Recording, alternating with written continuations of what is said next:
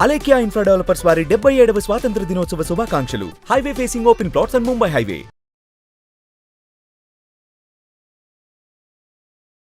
నమస్తే, welcome to Suman TV. ప్రస్తుతం మనం పశ్చిమ గోదావరి జిల్లా భీమవరం తాలూకాలోని యనమదురు గ్రామంలో ఉన్నటువంటి శ్రీ శక్తీశ్వర ఆలయం దగ్గర ఉన్నాము. ఈ ఆలయం అతి పురాతనమైనది, అందులోనూ ప్రపంచంలోనే ఏకైక ఆలయంగా చెప్పుకోవచ్చు. శివుడు ఎప్పుడు మనకి లింగ రూపంలో కనిపిస్తారు, కానీ ఇక్కడ చాలా భిన్నంగా కనిపిస్తారు. మరి ఆ విశేషాలు ఏంటో ఆలయంలోకి వెళ్ళి తెలుసుకుందామా? పదండి. మెయిన్ రోడ్ మీద నుంచి 1 కిలోమీటర్ లోపలికి మనకి శ్రీ శక్తీశ్వర ఆలయం కనిపిస్తుందండి. రాగానే మీకు కుడివైపున, అలాగే ముందు మనకి కోనేరు ఉంటుంది, ఆలయం రెండు కూడా. ఈ ఆలయం చాళుక్యుల నాటి కాలందని చెబుతూ ఉంటారనమాట. అగో కోనేరు, వెళ్దాం. ఆలయంలోకి వెళ్ళి స్వామి అమ్మవారిని దర్శించుకునే ముందు కోనేరులో మనం కాలు కడుక్కుని వెళ్దాము. ఎంత పెద్ద కోనేరు. ఏమన్నా విశేషమైన పూజలు జరిగేటప్పుడు, తెప్పోత్సవాలు కానీ ఇలా వివిధ కార్యక్రమాలు ఏమైనా జరిగినప్పుడు ఇక్కడే మనకి ఇక్కడ తెప్పోత్సవాలు, అలాగే ఊరేగింపులు కొన్ని ఇక్కడే చేస్తారట. కాలు కడుక్కుందాం. చాలా లోతు ఉంటుంది, జాగ్రత్త అని కూడా చెప్పారు.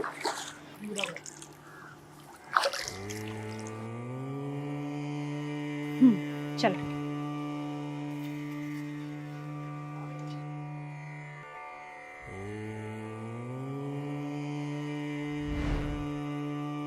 ఈ స్వామివారిని దర్శించుకునే ముందు ఇక్కడ ఉన్నటువంటి శక్తి గుండంలో కాళ్ళు కడుక్కొని లోపలికి వచ్చి అప్పుడు దర్శనం చేసుకుంటారండి.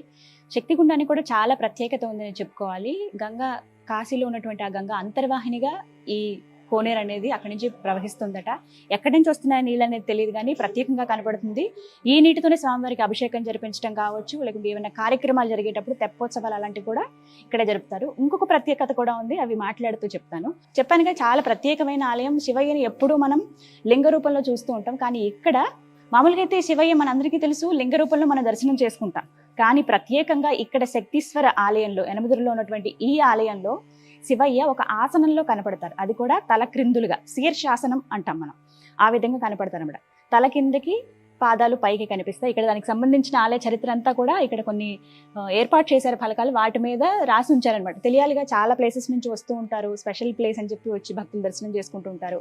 ఆలయ చరిత్ర గురించి, విశిష్టత గురించి ఇలా రాసి చరిత్ర అంతా ఏర్పాటు చేశారనమాట. ఇక్కడ ప్రత్యేకంగా రాసింది ఏంటంటే, తల క్రిందులుగా శివయ్య ఉన్నటువంటి ఏకైక క్షేత్రం, అది కూడా ప్రపంచంలో ఎక్కడ శివుడు మనకి ఈ విధంగా కనపడ్డాడు. ఇంకొక ప్రత్యేకత ఏంటంటే, ఒకే పానవట్టం పైన శీర్షాసనంలో శివయ్య, మరోవైపు ఒళ్ళో చిన్న బాబు సుబ్రహ్మణ్య స్వామి, అది కూడా 3 నెలల పిల్లాడు. అంటే అమ్మవారు అప్పుడు బాలింత అనమాట. పార్వతీదేవి బాలింతగా 3 నెలల సుబ్రహ్మణ్యేశ్వర స్వామిని, అంటే కుమారస్వామిని ఒళ్ళో పెట్టుకుని శివయ్య పక్కనే ఉంటారు. ఒకే పానవట్టం మీద మొత్తం కుటుంబం అంతా కూడా ఉండడం చాలా ప్రత్యేకం. ప్రత్యేకించి ఈ ఆలయం తూర్పు చాళుక్యుల కాలం నాటిదని చెప్తారంటే 1000 సంవత్సరాల పైన అయిపోయిందండి. మనకు తెలుసు, కొన్ని సంవత్సరాలలో అప్పట్లో కొన్ని దాడులు జరిగేవి ఆలయాల పైన. అప్పుడు పూర్తిగా ధ్వంసం అయిపోయాయి.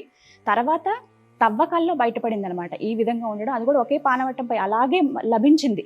మొత్తం శివయ్య విగ్రహం కానీ, పక్కన అమ్మవారిది కానీ, సుబ్రహ్మణ్య స్వామి కానీ దొరకడం, వాటిని ఎక్కడ మనం పాడు చేయదు, ఇది మన సంపద తెలియాలి ముందు తరాలకు అనే ఉద్దేశంతో అలాగే మళ్ళీ పునఃప్రతిష్ఠను చేశారనమాట. శివయ్య విగ్రహం అలాగే పార్వతీ అమ్మవారి విగ్రహం లభించినప్పుడే మిగతా విగ్రహాలు కూడా లభించాయండి. అవి కూడా అప్పటి చాలా పురాతనమైన కాలం నాటివి. అవన్నీ కూడా మనకి ఉప ఆలయాలుగా కనిపిస్తూ ఉంటాయి. ప్రత్యేకంగా ఇక్కడ రాహుకేతువుల పూజ చాలా విశేషంగా జరుపుతూ ఉంటారు. వాటికి సంబంధించి మనకి మామూలుగా నవగ్రహాలు అంటే 9 గ్రహాలు ఉన్నట్టుగా మనకి అక్కడ ఒకే పానవట్టమే కనబడతాయి. మనకి ఒకే దాని మీద దిశలకి ఉంటాయి. మనం వాటి మీద అభిషేకాలు చేయడం, పూజలు చేయడం చేస్తూ ఉంటాం. కానీ ఇక్కడ ప్రత్యేకంగా రాహుకేతువులు మాత్రమే ఉంటారు. ఒకసారి చూడొచ్చు.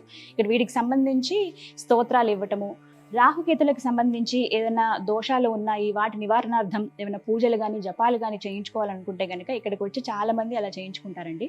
ప్రత్యేకంగా మనకి నవగ్రహాల్లో మిగతావేవి కనపడవు, కేవలం రాహుకేతువుల విగ్రహాలు మాత్రమే ఇక్కడ ఉంటాయి. సో ఇక్కడ ఒక్కసారి ఇక్కడ చూడండి, ఇది అసలు లోపల గర్భగుడిలో ఉన్నటువంటి స్వామి అమ్మవార్ల రూపం. అసలు మొత్తంగా మనకి గర్భాలయంలో కనిపించేటువంటి స్వామి అమ్మవార్ల రూపం ఇది. శివయ్య చూడండి, కాళ్ళు పైకి శీర్షాసనంలో కనిపిస్తున్నారు. మనకి సుబ్రహ్మణ్య స్వామి ఇక్కడ ఉన్నారు పైన. ఇగో అమ్మవారు సుబ్రహ్మణ్య స్వామిని ఇలా ఒళ్ళో పెట్టుకుని కూర్చున్నారు. వాస్తవానికి చెప్పాలంటే కాపలాగా కూర్చున్నారని అంటారు. ఇక్కడ ఆలయ చరిత్ర గురించి తరతరాలుగా ఒకే కుటుంబం పౌరోహిత్యం వహిస్తూ ఉన్నారు. వారిని అడిగితే పూర్తి వివరాలు చెప్పారనమాట. అయితే వారు చెప్పింది, అలాగే ఇక్కడ మిగతా విషయాలు తెలుసుకోవడానికి కూడా స్థల పురాణానికి సంబంధించి, ఆలయ విశిష్టతకి సంబంధించి ఇందాక చెప్పినట్టుగా శిలా ఫలకాలు ఏర్పాటు చేశారు. అయితే ఇక్కడ ఈ విధంగా శివయ్య ఉండడానికి కారణం ఏంటి అని అంటే, యమధర్మరాజు ముఖ్య కారణం ఆయనే అని చెప్తారు. సాధారణంగా భయపడుతూ ఉంటారు యమధర్మరాజు అంటే, అమ్మో మన ప్రాణాలు తీసాయని కదా, అపహరించాయని. అందులో శివయ్య గురించి కూడా లయకారకుడు కదా అని, ఆ భయాలన్నీ పోగొట్టేందుకే ఇక్కడ ఆయన వెలిసారని కూడా ఒక పురాణ గాథ ఉంది. ఈ ఆలయం చుట్టూరు కూడా ఏవైతే తవ్వకాల్లో బయటపడ్డాయో వాటికి సంబంధించిన ఆనవాళ్ళు కూడా ఉంటాయండి. ఇక్కడ అందుకు ఒక ఉదాహరణ మీకు చూపిస్తానండి. సాధారణంగా శివయ్య ముందు నంది ఎప్పుడూ ఉంటుంది, ఎప్పుడు స్వామివారు పిలుస్తారు అన్నట్టుగా సిద్ధంగా మనకు కనబడుతుంది. ఆలయంలో గర్భగుడిలో మనకి నందీశ్వరుడు కనపడతారు, కానీ ఇక్కడ ఉన్నారు ఏంటి అని చెప్పి గురువుగారిని అడిగితే వీటికి సంబంధించిన ఒక విషయం కూడా తెలియజేశారు. మనకి పూర్వకాలంలో వేరే మంది రాజులు ఎవరైతే ఉన్నారో వాళ్ళు ప్రత్యేకించి ఆలయాలు ధ్వంసం చేసేవాళ్ళు. ఏమైనా నిధులు ఏమన్నా అక్కడ దాచిపెట్టారేమో వాటిని తీసుకువెళ్లే క్రమంలో చాలా ఆలయాలు అలా ధ్వంసానికి గురై, అందులో భాగంగా శక్తీశ్వర ఆలయం కూడా అలా ధ్వంసం చేయడానికి గురైంది. అయితే ప్రత్యేకించి ఇక్కడ ఏం జరిగింది అని అంటే, ఒకసారి ఇక్కడ క్లోజ్ వస్తే తెలుస్తుంది చూడండి. ఇక్కడ నందీశ్వరికి ఇక్కడ ఇలా కత్తితో ఇలా కట్ చేసినట్టుగా కనబడుతుంది, చూసారా ఇలా ఘాటు. ఇది ప్రత్యేకించి దీన్ని మళ్ళీ ఇలా చెక్కారనమాట. ఇదంతా సిమెంట్ తోటి మళ్ళీ పూర్తిగా ఉండేలాగా ఇలా ఏర్పాటు చేశారు. కాళ్ళ దగ్గర కూడా మనకి ఇలా ఘాటు కనపడుతుంది, అప్పుడు కత్తితో వాళ్ళు ఇలా కుట్టారు. అయితే ఇది అయిపోయిన తర్వాత మళ్ళీ లోపలికి గర్భగుడిలోకి కూడా ప్రవేశించి ఆ రాజులు వారితో వచ్చినటువంటి మంది మార్బలం ఎవరైతే ఉంటారో వాళ్ళందరూ కూడా గర్భగుడిలో కూడా ప్రవేశించి స్వామి అమ్మవార్ల పైన కూడా దాడి చేసే ప్రయత్నం చేశారు. అలా కత్తితో కొట్టినప్పుడు ఆ పానవట్టం పైన స్వామివారికి కొంత కత్తి భాగం తగిలి రక్తం కూడా కారిందని కూడా చెబుతున్నారండి. అంటే అప్పట్లో ఈ విధంగా ఇన్ఫర్మేషన్ అంతా వాళ్ళ పిల్లలకి అలా చెప్పడంతో ఇలా జరిగిందట అని చెప్పేవాళ్ళు. అప్పటికి కూడా అలా జరిగితే స్వామివారు ఊరుకుంటారా? వెంటనే పైనుంచి ఎక్కడి నుంచి పడ్డాయో తెలియదు, పెద్ద పెద్ద బండరాళ్ళని పడి ఎవరైతే ఇలా దారుణానికి పాల్పడ్డారో వాళ్ళందరూ కూడా నుజ్జు అయిపోయి చనిపోయారు అని చెప్పి చరిత్రలో ఉన్నాయి ఈ విశేషాలన్నీ.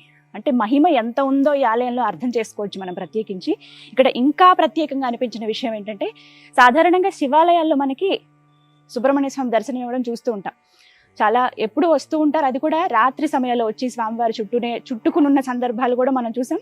అలా ప్రత్యక్షమై ఎంతో మందికి దర్శనం ఇచ్చిన సందర్భాలు మనం విన్నాం.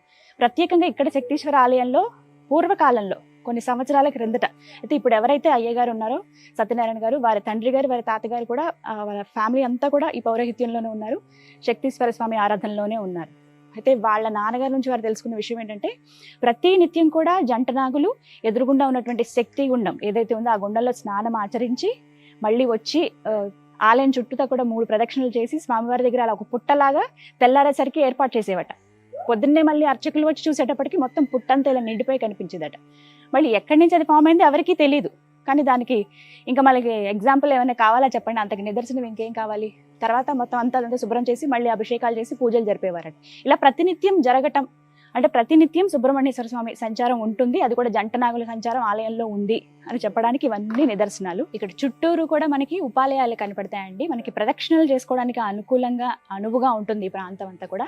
ఆలయ కమిటీ వారు కంప్లీట్గా దీన్ని డెవలప్ చేస్తున్నారు. ఇప్పటికే ప్రస్తుతం చాలా ప్రశాంతంగా అనిపిస్తుంది. అంటే అంతటి ఫ్రీ స్పేస్ అయితే ఉంటుంది.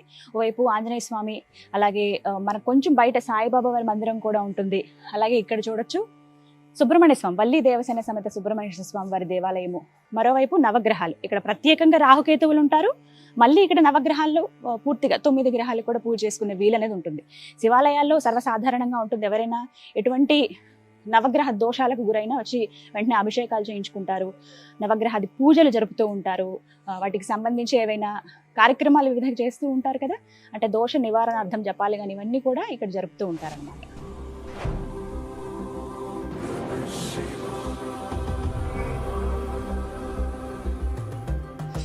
ఆలయంలోకి ప్రవేశించాము.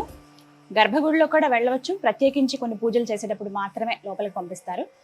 ఇక్కడ చూడండి, బయట మనకి నందీశ్వరుల వారు కనపడ్డారు కదా, ముందు అదే నంది ఆలయంలో ఉండేదండి. కానీ తర్వాత అలా సగమైంది, లేకపోతే ఘాట్లు ఉన్నది కావచ్చు, కొంచెం ముక్కలైనవి కావచ్చు, లేకపోతే కొద్దిగా ఏమంటారు డ్యామేజ్ అయిపోయినాయి, ఇవి కొంచెం పూజకి వాడకూడదు అంటారు కదా, మనం సాధారణంగా వింటూ ఉంటాం. అలా ముక్కలైనవి, ఏమైనా దెబ్బ తగిలినవి వాడొద్దని చెప్తూ ఉంటారు కదా. అందులో భాగంగా అలాంటి విగ్రహాలు గుడిలో ఉండకూడదనే ఉద్దేశంతో ఆ నందీశ్వరుని పక్కన పెట్టి ఇలా మరో నందిని ఇక్కడ ప్రతిష్ఠ చేశారన్నమాట.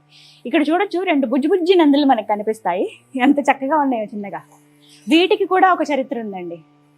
పూర్వకాలంలో ఈ చుట్టుపక్కల, ఈ గ్రామం చుట్టుపక్కల ఉన్న వాళ్ళు సాధారణంగా ఎక్కువ హాస్పిటల్స్ అవి ఉండేవి కాదు మనకి. ఇప్పుడంటే బాగా డెవలప్ అయిపోయినాయి అన్ని ఏరియాస్, పల్లెటూరులో కూడా హాస్పిటల్ ఉంటున్నాయి. ఇదివరకు ఏంటంటే ఇళ్లలోనే ప్రసవాలు చేసేవాళ్ళు. అయితే అందులో భాగంగా కొంతమంది గర్భిణులు ఎవరైతే ఉన్నారో నెలలు నిండిన తర్వాత వాళ్ళకి సుఖప్రసవం అవ్వదు. చాలా మంది కొన్ని ఇబ్బందులు ఉంటాయి, నొప్పులు పడుతూ ఉంటారు. ఆ ఇబ్బందులు తట్టుకోలేక చాలా మంది ఎవరిని ఆశ్రయించాలో తెలియదు, ఎవరిని అడగాలో తెలియదు. అయితే ఊర్లో ఉన్న పెద్దలు కావచ్చు, వీళ్ళందరూ ఏం చేసేవారంటే ఆలయానికి వచ్చి స్వామివారిని వేడుకుని ఇక్కడ ఒక మాట కూడా చెప్పేవాళ్ళు, ఇవి ఇప్పుడంటే ఇలా స్థిరంగా ఉన్నాయి కానీ ఇంతకు ముందు ఈ నందులు ఎటు తిప్పితే అటు తిరిగేవటండి. ఎవరి ఇల్లు అయితే ఎటువైపు ఉంటుందో వాళ్ళ వైపుగా ఈ నందులను అటు తిప్పేవారట. ఒక్కసారి ఈ నందీశ్వరుడు చూడగానే మరి ఆ శివయ్యకి విన్నవించేవాడో ఏమో తెలియదు కానీ వెంటనే సుఖప్రసవం అయిపోయేదట ఆ ఇంట్లో ఉన్న మహిళ ఎవరైతే గర్భంతో ఉన్నారో. నిజంగా మహిమే కదా. ఇలాంటి మహిమలు ఈ ఆలయానికి సంబంధించి చాలా ఉన్నాయి. అప్పట్లో అసలు పూర్తిగా ఇలా తిప్పినప్పుడు వెంటనే తిరిగేవట అవి.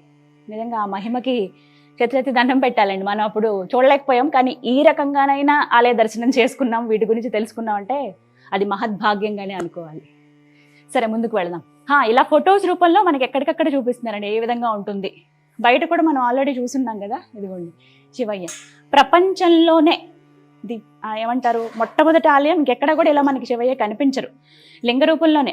లింగాలు కూడా ఎన్ని రకాలుగా ఉంటాయి మనకి ఇక్కడే భీమవరంలోనే ప్రత్యేకించి పంచారామ క్షేత్రాల్లో ఒకటైనటువంటిది భీమవరం అని చెప్తారు. పంచారామ క్షేత్రాల కన్నా ముందు ఈ ఆలయం ఏర్పడిందని కూడా చెప్తారు. అంటే ఎన్ని సంవత్సరాల క్రితం. నిజంగానే అదృష్టం ఉండాలండి ఇలాంటి ఆలయాలకి రావాలంటే. పక్కనేమో అమ్మవారు బుజ్జి సుబ్రహ్మణ్య స్వామి 3 నెలలు ఉంటాయట అంతే. ఎంత బాగున్నారా కదా. ఎక్కువగా ఇలాగే ప్రసవానికి సంబంధించి కావచ్చు, పిల్లల కోసం వేడుకునే వాళ్ళు కావచ్చు, చాలా మంది సంతానం లేక బాధపడే వాళ్ళు కావచ్చు, దీర్ఘకాలికంగా రోగాలతో బాధపడుతున్న వాళ్ళు కావచ్చు, వీళ్ళందరూ కూడా స్వామివారిని దర్శనం చేసుకోవడానికి వస్తారు. వచ్చి వాళ్ళే నిదర్శనంగా చెప్తున్నారు కూడా, మేము చాలాసార్లు ఎన్నో ఇబ్బందులు పడ్డామండి, ఈ ఆలయానికి వచ్చి మేము దర్శనం చేసుకుని ఒక్కసారి స్వామి అమ్మవార్లకి మొక్కుకున్న తర్వాత మాకు ఆ బాధలన్నీ తప్పాయి, మాకు సంతానం కలిగింది, మాకు వివాహం కుదిరింది, ఇలా రకరకాలుగా వాళ్ళే వచ్చి చెప్తారట. అంతటి నిదర్శనాలు ఉన్నాయి ఇక్కడ. అదిగో కొంచెం ముందుకు వెళితే మనకి స్వామి అమ్మవార్లు కనబడతారు.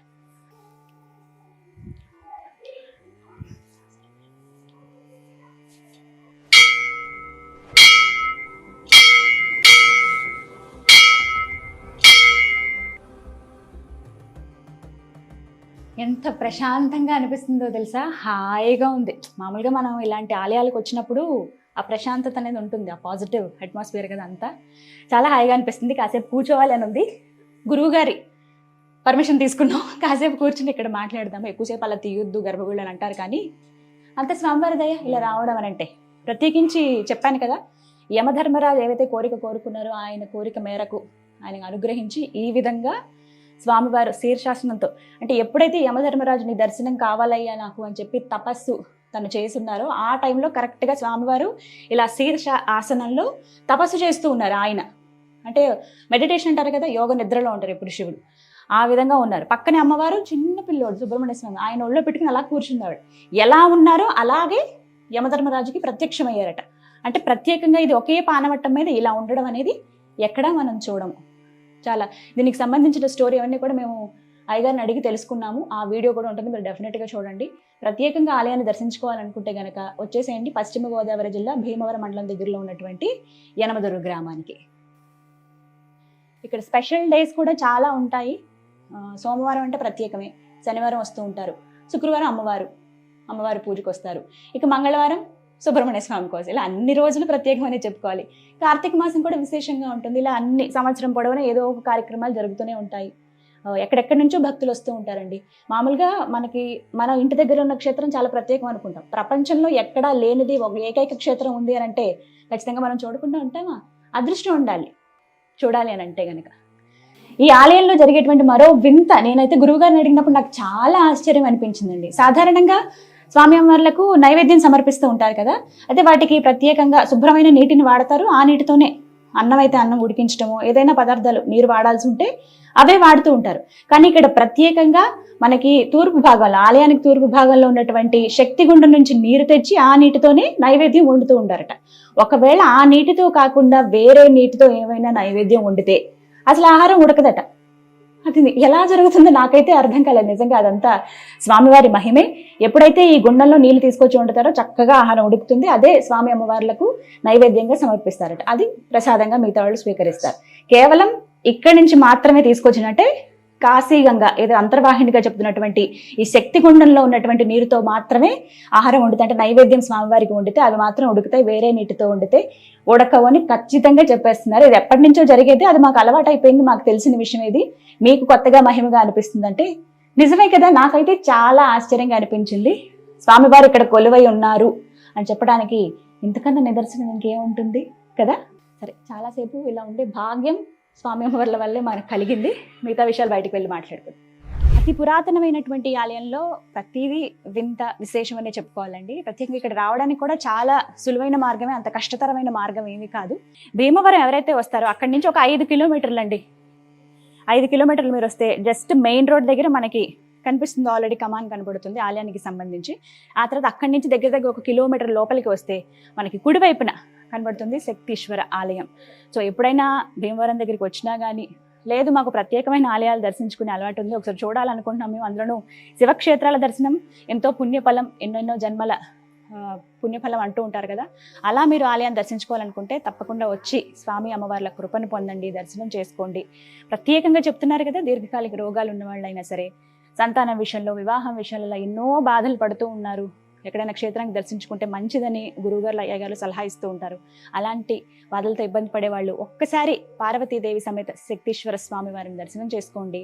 మీ పాపాలన్నీ పోతాయి, మీ బాధలన్నీ తొలగిపోయి సుఖ సంతోషాలతో ఉంటారని చెప్పి ఇక్కడ గురువు గారు కూడా చెప్తున్నారు. సో రావాలనిపించిన వాళ్ళు డెఫినెట్గా రండి.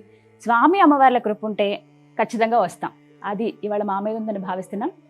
ఈ వీడియో ఇంతటితో సమాప్తం. నమస్కారం.